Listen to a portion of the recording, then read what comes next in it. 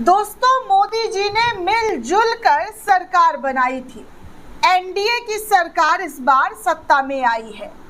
जैसे तैसे करके ये कुर्सी मोदी जी के हाथ को लगी थी, लेकिन अब मोदी जी ने एनडीए का समर्थन खो दिया है। जी हाँ दोस्तों, बिल्कुल सही सुन रहे हैं। खबर पक्की आपके सामने बता रही हूँ, बिना लाग लपेटे हुए आपको बता रही हूँ कि कैसे मोदी जी एनडीए का समर्थन खो गए हैं। अब एनडीए उनको समर्थन नहीं कर रही है। खतरा मंडरा रहा है। ये कुर्सी पर खतरा मंडरा रहा है या राजनीतिक गलियारों में मोदी जी को लेकर जो विपक्ष के जरिए भविष्यवाणी की गई थी, वो भविष्यवाणी सत्य साबित हो रही है।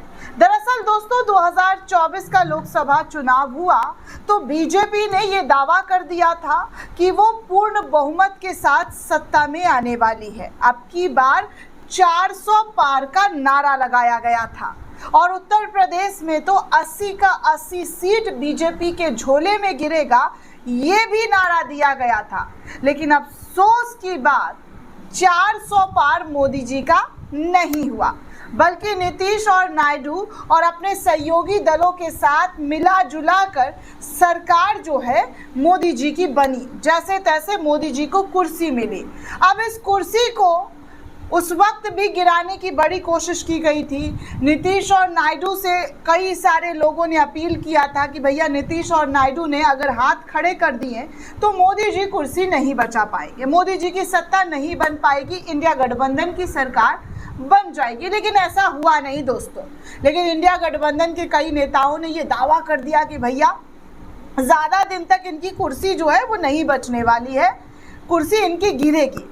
और जब से राहुल गांधी का बम फूटा है चुनाव आयोग को लेकर, धांधली के मामले जो है लगातार सामने आए हैं, सबूत पर सबूत रखा गया है, उसके बाद एक और खबर आई थी। एक और खबर ये थी कि नायडू जो है राहुल गांधी के संपर्क में है। और ये दावा और ये आरोप कोई छोटे मोटे नेता नहीं, बल्कि आंध्र प्रदेश के पूर्व सीएम के जरिए लगा दिया गया था। जी हाँ, पूर्व सीएम के जरिए ये आरोप लगाया गया, ये दावा किया गया कि तेलंगाना के सीएम के साथ जो है चंद्रबाबू नायडू की बातचीत चल रही है, वो इंडिया गठबंधन के संपर्क में है, राहुल गांधी के संपर्क में। ये सब तो चलिए पुराना है। जो नया वाला खबर आया है, जो नई वाली जानकारी है, वो ये जान लीजिए कि मोदी जी संसद भवन के अंदर एनडीए का साथ सपोर्ट उनको नहीं मिल रहा है।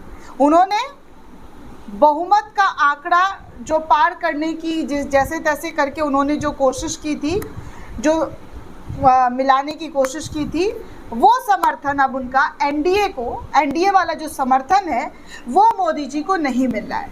दरअसल दोस्तों, आप सभी को पता है उपराष्ट्रपति का चुनाव होने वाला है। जगदीप धनखड़ के इस्तीफे के बाद नए उपराष्ट्रपति कौन होंगे, इसको लेकर बहुत ही असमंजस चल रहा है। हालांकि जगदीप धनखड़ कहाँ है, इसको लेकर भी बहुत सारी खबर निकलकर सामने आ रही कि भैया जगदीप धनखड़ कहाँ है, कहीं लापता हो गए, गुमशुदा हो गए। विपक्ष इसको लेकर भी बहुत सारी चीज़ें कर रहा है। लेकिन जो अभी मुद्दा है वो ये है उपराष्ट्रपति कौन होगा और कौन सी पार्टी किसको सपोर्ट करेगी। इंडिया गठबंधन का उम्मीदवार कौन है, बीजेपी का उम्मीदवार कौन है, और वोटिंग जो प्रक्रिया होने वाली है उसमें बीजेपी का साथ कौन कौन सा पार्टी देगा, उनके सहयोगी दल देंगे या नहीं देंगे, ये सबसे ज़्यादा इम्पॉर्टेंट खबर है दोस्तों। तो इसीलिए कह रही हूँ कि एनडीए ने अपना, यानी कि मोदी ने अपना समर्थन एनडीए के अंदर खो दिया है। दरअसल दोस्तों, एनडीए के एक पार्टी ने इस पूरे वोटिंग प्रक्रिया में, जो उपराष्ट्रपति का वोटिंग प्रक्रिया होने वाला है, उसमें बीजेपी का साथ नहीं देने का ऐलान कर चुके हैं। जी हाँ दोस्तों, बिल्कुल सही सुन रहे हैं। हालांकि ये खबर जोरों शोरों से लोगों तक सामने आना चाहिए था कि कैसे एनडीए में सिरपुटअव्वल लगातार देखने सुनने को मिल रहा है, लेकिन अफसोस की बात, ऐसी खबर सामने नहीं आ रही है। दरअसल दोस्तों, उपराष्ट्रपति चुनाव में एनडीए समर्थित उम्मीदवार को बीजेडी समर्थन नहीं देगी, ये ऐलान उसके जरिए कर दिया गया है। बीजेडी उड़ीसा की पार्टी है दोस्तों, नवीन पटनायक की पार्टी है और हमेशा बीजेपी के साथ उनके हर फैसलों में सहयोग करती थी, हर फैसले में साथ देती थी।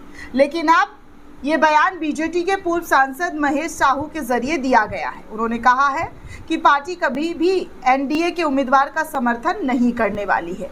एनडीए की ओर से राष्ट्रपति चुनाव में जिस किसी को भी उम्मीदवार बनाया जाएगा, बीजेडी उसका समर्थन नहीं करेगी। ऐसा ऐलान उनके जरिए कर दिया गया, उनकी पार्टी के नेताओं के जरिए। महेश साहू ने कहा है कि पिछली बार जब प्रधानमंत्री नरेंद्र मोदी ने उड़ीसा की बेटी द्रौपदी मुर्मू को राष्ट्रपति पद के लिए उम्मीदवार बनाया था, तब बीजेडी ने उनका समर्थन किया था। लेकिन अब वैसी स्थिति नहीं है। वक्फ बोर्ड से जुड़ी जो घटनाएं हुई हैं, अब वो चर्चा का विषय भी नहीं है और कहा जा रहा है कि अब तो हम खुलकर, जी हाँ, खुलकर बीजेपी की मुखालफत करेंगे। उपराष्ट्रपति चुनाव की चर्चा शुरू होने के साथ ही अब ये सवाल उठ रहा है दोस्तों कि इस बार बीजेडी किसे समर्थन देगी। अगर बीजेडी एनडीए उम्मीदवार को समर्थन देती है तो इसे बीजेपी के साथ नज़दीकी रूप से देखा जाएगा और बीजेपी की उम्मीदवारी जो है उपराष्ट्रपति की, वो मजबूत होगी।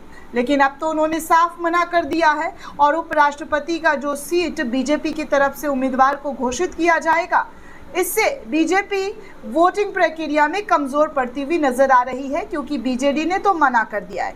वहीं अगर बीजेडी इंडिया गठबंधन के उम्मीदवार को समर्थन देती है तो राष्ट्रीय राजनीति में एक नया समीकरण देखने को मिल सकता है। इसके अलावा अगर बीजेडी किसी भी पक्ष के उम्मीदवार को समर्थन नहीं देती है और वोट नहीं करती है तो दिल्ली की राजनीति में उसका प्रभाव कम हो सकता है।